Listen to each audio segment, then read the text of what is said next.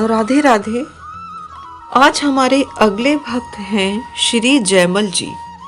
तो आइए हम शुरू करते हैं श्री जयमल जी की कथा। भगवान श्री हरि अपने अनन्य भक्तों को न केवल अपने योगक्षेम वहन करते हैं, अपितु उनके भक्तों के मुख से निकली वाणी को भी सत्य करते हैं। पुराणों में तो इसके अनेक प्रमाण प्राप्त होते ही हैं। राजा जयमल राजस्थान की मेड़ता रियासत के राजा थे।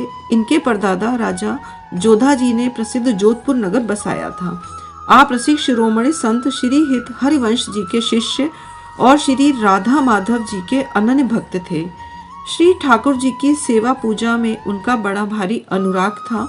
उसमें उन्हें जरा भी व्यवधान स्वीकार नहीं था।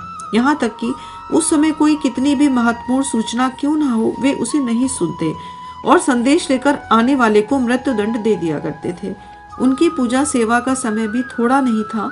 मंदिर में नित्य पूरे 10 घड़ी तक वे भगवान की सेवा किया करते थे। राजा का एक भाई था, परंतु वो राजा से ठीक विपरीत स्वभाव का था। उसे भगवान की सेवा पूजा से कोई मतलब नहीं, साथ ही वो राजा जयमल से द्वेष भी रख करता था। हालांकि वो मांडोवर जैसे समृद्ध राज्य का राजा था, पर उसकी महत्वाकांक्षा राजा जयमल के भी राज्य को लेने की थी। उसे किसी प्रकार राजा के सेवा पूजा के नियम की जानकारी हुई तो उसने एक कुटिल योजना बनाई।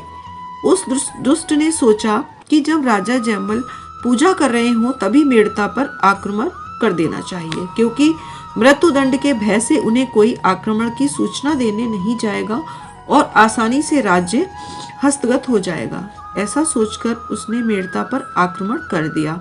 राज्य पर आए इस प्रकार के संकट को देखकर मंत्रियों ने विचार विमर्श करके राजमाता से निवेदन किया कि आप ही महाराज को सूचना देने में समर्थ हैं, क्योंकि आपके प्रति पूज्य भाव से राजा आपको कुछ नहीं कहेंगे और उन तक सूचना भी पहुंच जाएगी।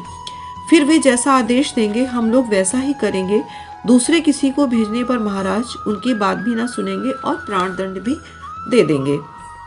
राज्य पर आए संकट की गंभीरता को देखते हुए राजमाता मंत्रियों के परामर्श से मंदिर गईं और भगवान की सेवा पूजा में रत राजा जयमल को उन्होंने आक्रमण की सूचना दी। राजा जयमल ने माता की बात सुनकर सिर्फ इतना कह दिया कि भगवान सब अच्छा ही करेंगे और स्वयं नित्य की ही भांति सेवा पूजा में लगे रहे। इतने बड़े संकट की सूचना भी उनके मन को सेवा पूजा से विचलित ना कर सकी और ना ही उन्हें उद्विग्न कर सकी।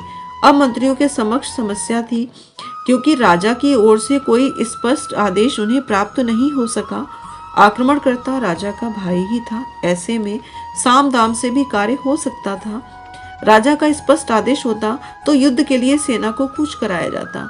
इधर राजमंत्रियों के सामने यह समस्या थी और उधर राज्य मंत्रियों की यह किंकर विमूढ़ता भगवान के लिए समस्या बन रही थी, क्योंकि राजा ने कहा कि भगवान सब अच्छा ही करेंगे। ऐसे में सारा उत्तरदायित्व भगवान का ही हो जाता है। आखिर भक्त के राज्य और उसके वचन की रक्षा भी तो उन्हीं का दायित्व है। शत्रु सेना निर्बाध रूप से बढ़ी आ रही थी। जब सेना मेड़ता के एकदम निकट पहुंची तो भगवान से न रहा गया।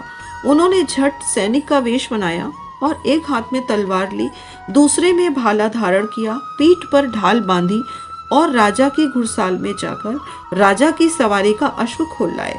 फिर उस पर सवार होकर अकेले ही युद्ध भूमि की ओर चल दिए। भगवान के सवार होते ही घोड़ा सरपट दौड़ चला, मानो उसमें भगवान श्री हरि के शाश्वत वाहन गरुड़ जी का आवेश हो गया हो।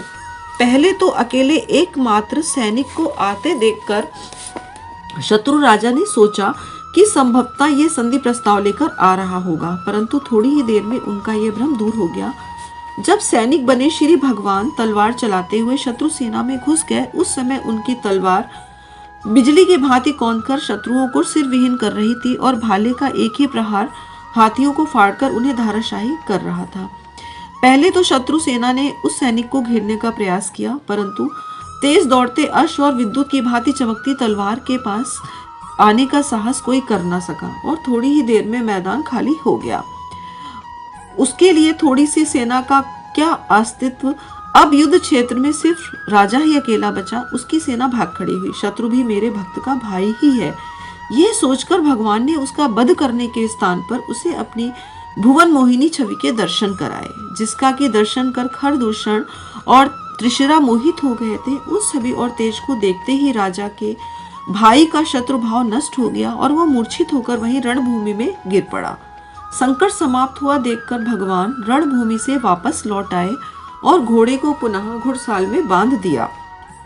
इधर जब राजा ने भगवान की सेवा पूजा कर ली तो उन्हें माता द्वारा दी गई आक्रमण की सूचना की याद आई। फिर तो वे राजा के कर्तव्य का ध्यान कर युद्ध भूमि में जाने को उद्यत हो गए।